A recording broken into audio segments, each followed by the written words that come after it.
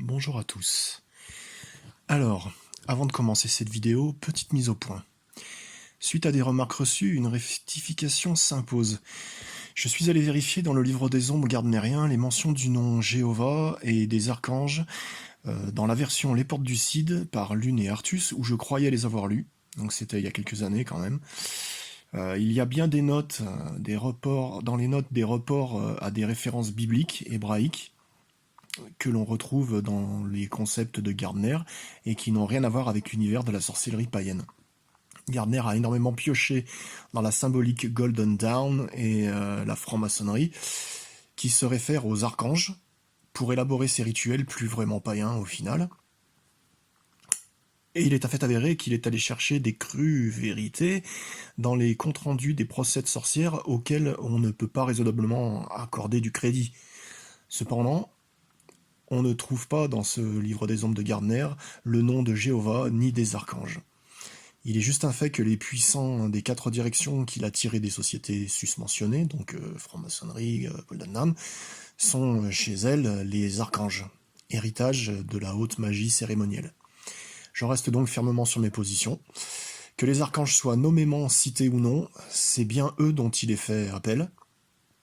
Même si c'est de façon anonyme, ce sont bien ces entités qui sont sollicitées.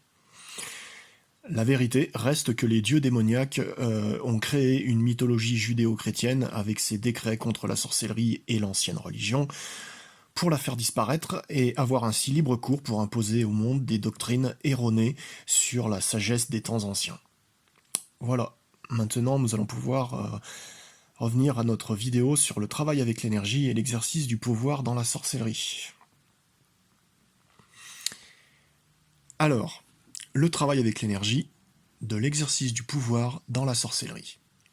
Le pouvoir, c'est à la fois la capacité de canaliser l'énergie et d'exercer le contrôle de l'effet que va produire l'énergie par sa volonté, le mental. Il faut donc exercer le contrôle de l'esprit. Quand on sait faire cela, il n'y a en réalité pas besoin d'un cercle pour contenir l'énergie. C'est la première vérité que je comptais rétablir dans cette vidéo par rapport au livre des ombres de Gerald Gardner. Maintenant, comment fonctionne le travail avec l'énergie? Les Chinois disent « le Yi dirige le Qi », c'est-à-dire que c'est l'intention qui dirige l'énergie. L'intention vient du cœur, ce qui donne la couleur de l'énergie, noire ou blanche, symboliquement, c'est l'intention de notre cœur.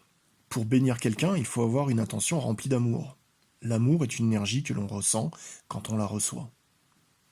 Elle produit un changement en nous.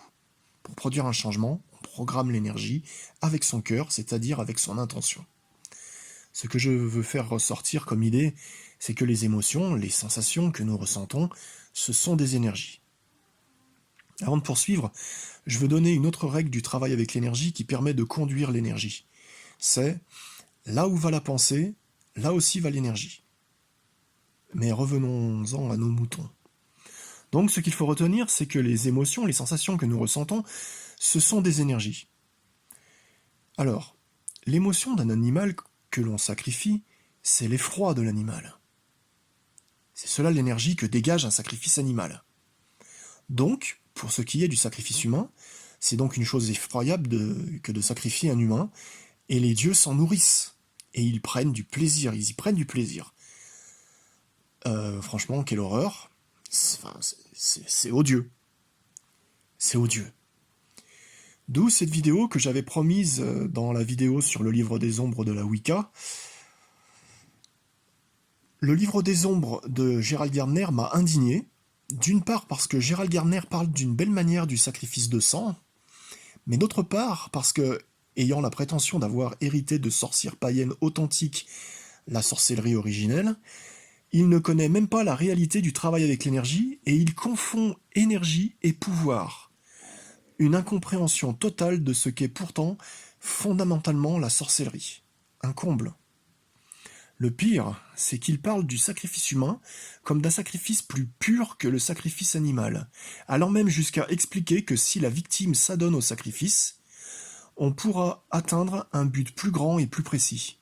Tout ça parce qu'il n'y a pas l'effroi qu'il y a avec un animal. Enfin, si, bien sûr, mais Gardner parle d'un humain qui s'y résigne. donc qui exerce un contrôle sur l'énergie d'effroi, ce qui permet de prendre le contrôle de ces énergies et d'en faire une manipulation. Par ailleurs, si vous saisissez cela, vous comprendrez que c'est quelque chose qui n'est pas naturel de faire une telle magie. Maintenant que vous savez que l'énergie qui est dégagée par le sacrifice d'un être vivant, c'est l'émotion intense d'effroi, de frayeur, mais plus précisément pour l'être humain, même résigné, le grand désarroi de perdre sa vie, vous comprendrez qu'il est ignoble d'utiliser une telle énergie dans un but magique. Les dieux sont certainement ravis de cette atrocité, mais c'est que ces dieux sont mauvais, sauf notre déesse Mère Lune, et notre Dieu Père Soleil, qui eux n'ont jamais ni demandé, ni imposé, ni exigé de sacrifices humains, ni même suscité de telles atrocités. Pour qu'un acte magique soit puissant, de par l'exercice du pouvoir, il ne faut pas confondre intensité de l'énergie et puissance. L'intensité de l'énergie revient par exemple à aimer fort, puisque les énergies sont des émotions, des sensations. Prenons l'exemple de quelqu'un qui vous serre une poignée de main chaleureuse, vous le ressentez dans votre cœur, et je dirais même dans votre corps. Il fait un effort naturel pour vous faire ressentir sa sincérité, c'est une forme d'affirmation appuyée. C'est comme ça qu'on augmente l'intensité de l'énergie. Maintenant, la puissance. Seule une entité spirituelle puissante peut vous procurer de la puissance. Ainsi, un individu qui a reçu beaucoup de puissance de la part de la déesse et du dieu sera plus efficace dans sa magie. Si quelqu'un n'est pas très puissant, il peut faire son rituel en collaboration avec la déesse et le dieu, qui vont, eux, mettre la puissance à l'intention qui a été appliquée par le sorcier durant son rituel. Ce que je voudrais faire remarquer à l'auditeur de cet enregistrement, c'est que si une divinité est avec nous et qu'elle est bonne, à partir du moment où vous avez des intentions nobles, elle bénira naturellement votre rituel et elle y participera de grand bon gré. Donc, des dieux qui requièrent un sacrifice d'une vie pour accorder leur bénédiction sur un rituel ne seront pas des divinités bonnes. Je vous laisse réfléchir à la nature de dieux qui se délectent d'une telle atrocité. Ce sont pourtant les dieux que Gerald Gardner servait. Et pour en revenir à la conclusion de la vidéo sur le livre des ombres de la Wicca, le livre des ombres de Gerald Gardner n'est pas le livre de Wicca qu'il a la prétention d'être, et la tradition gardnérienne n'est qu'une parodie du culte des sorcières d'autrefois, et surtout pas un retour à l'ancienne religion que nous avions hérité de la déesse et du dieu. Voilà. Si vous avez compris le principe du travail avec l'énergie, comme expliqué précédemment, voici quelques observations logiques qui pourront vous aider à accomplir des rituels.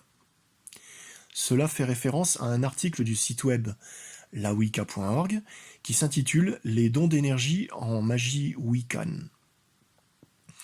La pratique de la sorcellerie sur le site. C'est la page qui s'appelle « La pratique de la sorcellerie ». C'est là que vous trouverez cet article. Il faut comprendre que si l'on provoque des changements avec l'énergie, c'est parce que l'énergie, c'est quelque chose que l'on ressent, et que l'on peut modifier une tendance qui est désagréable par une énergie bénéfique. Par exemple, pour faire du bien à quelqu'un, certes, mais en réalité, on peut agir sur une situation aussi. Il vous suffit de modifier la tendance générale d'une situation avec l'influence de votre énergie. Vous noterez que vous pouvez aussi créer une situation que vous recherchez avec des énergies induisant l'effet que vous recherchez, mais qu'il n'y a pas besoin de perdre votre énergie. C'est ce qui est expliqué dans l'article sur les dons d'énergie en magie wiccan.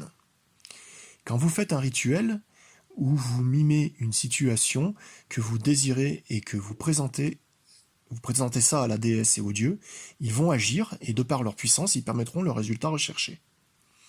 À condition que vous réclamiez quelque chose qui soit juste et équitable pour l'ensemble des personnes concernées. Dans la Wicca, nous travaillons toujours pour la justice. Donc, pour provoquer un changement, il y a besoin de l'influence que votre énergie induit. Une fois le changement opéré, il n'y a pas besoin de perdre votre énergie vitale.